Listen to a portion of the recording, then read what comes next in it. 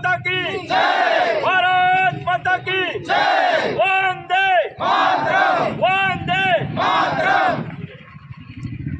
રજૂઆત કરવા આવ્યો છો અને શું આગામી કાર્યક્રમ રહેશે? અતિવૃષ્ટિ અને કમોસમી વરસાદના કારણે સૌરાષ્ટ્રમાં મોટા પ્રમાણમાં ખેડૂતોને પાક નુકસાન થયેલું છે. ખેડૂતોએ વારંવાર રજૂઆત કરી.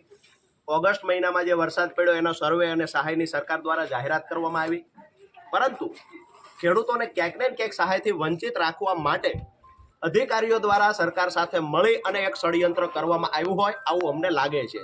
ગામડાઓની અંદર જે ગ્રામ સેવક દ્વારા આંકડા લખવામાં આવ્યા હતા, આંકડા બદલી નાખવામાં આવ્યા. અમુક ગામને સહાયથી વંચિત રાખવા માટેનું ગુનાહિત કૃત્ય અધિકારીઓ દ્વારા કરવામાં આવ્યું છે.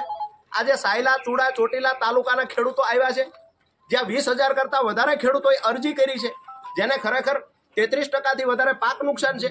ત્યાં માત્ર 250 ખેડૂતોને સહાય આપવામાં આવી અને બાકીના ખેડૂતોને સહાયથી વંચિત રાખવામાં આવ્યા. સમજી વિચારી, જાણી જોઈ અને રાજકીય હાથો બનીને અમુક અધિકારીઓએ કામ કર્યું છે.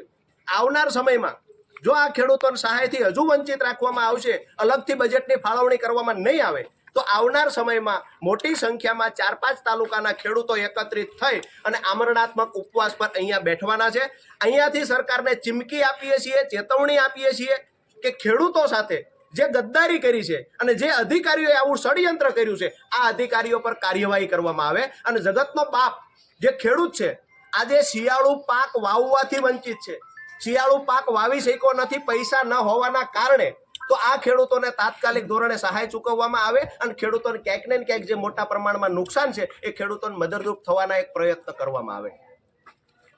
વલખા મારી રહ્યો છે અને સુરેન્દ્રનગરનો મારો જગતનો તાત આ ભારતીય જનતા પાર્ટીની સરકારની બેદરકારીના કારણે અને ખેડૂત વિરોધી સરકારના કારણે હાલમાં જ એવો રિપોર્ટ આવ્યો છે કે ભાઈ આ ભારતીય જનતા પાર્ટીની સરકારે, ગુજરાતની સરકારે કેન્દ્ર પાસે કોઈ દરખાસ્ત જ નથી કરી. તો શું ગુજરાતના ખેડૂત નથી?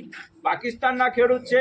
તમે અહીંયા બેઠેલા વર્ષોથી 30 વર્ષથી તમને આ ખેડૂત સમાજ દર વર્ષે મત આપી અને તમને ચૂંટાઈ અને સરકારમાં બેસાડે અને તમે જ આ ખેડૂત સાથે આજે મજાક કરી રહ્યા છો. અમે અહીંયાથી અલ્ટિમેટરી આપીએ છીએ કે જો ટૂંક સમયમાં સુરેન્દ્રનગરના દરેક ખેડૂતને યોગ્ય સહાય નહીં ચૂકવવામાં આવે તો અમે ભૂખ હડતાલ ઉપર ખેડૂત સાથે બેસીશું. ગઢવી સાહેબ આવી જાઓ. બીજું તો ઠીક છે, સૂત્રો કે આમ આદમી પાર્ટી કાર્યકારી પ્રમુખ કૈલાસદાન ગઢવી. આજ ખેડૂતોના જે પાકનો પૈસા નથી મળ્યા, વળતર નથી મળી પાક નુકસાનનો, એના માટે જ્યારે અમે અહીંયા ખેતી વિભાગમાં આવ્યા અને ત્યારે જાણવા મળ્યું એ પ્રમાણે એક સમજ એવી ઊભી થઈ કે ક્યાંક સરકાર દિવાળીઓ ફૂંકવાની પોઝિશનમાં છે, સરકાર પાસે પૈસા નથી, વારંવાર રજૂઆત પછી પણ પૈસા આપતી નથી, નુકસાન થયા પછી પણ પૈસા આપતી નથી. જો રાજ્ય સરકાર 4.5 લાખ કરોડનું દેવું વધવા પછી હવે વધારે દેવું લે, વધારે પૈસા લે તો સરકાર દિવાળી ફૂંકાય એવું બીક લાગે છે. તો સરકારને આ મુદ્દા ઉપર શ્વેતપત્ર બહાર પાડવો જોઈએ અને જાહેર કરવું જોઈએ સરકાર પાસે પૈસા નથી, ખેડૂતો તમે તમારો કૂટી લો, અમે તમને કાંઈ નહીં આપી શકીએ, એવું શ્વેતપત્ર સરકારને જાહેર કરવું જોઈએ. મારું નામ શામજીભાઈ ધનજીભાઈ, ગામ મોટા બટલા. એટલે આખું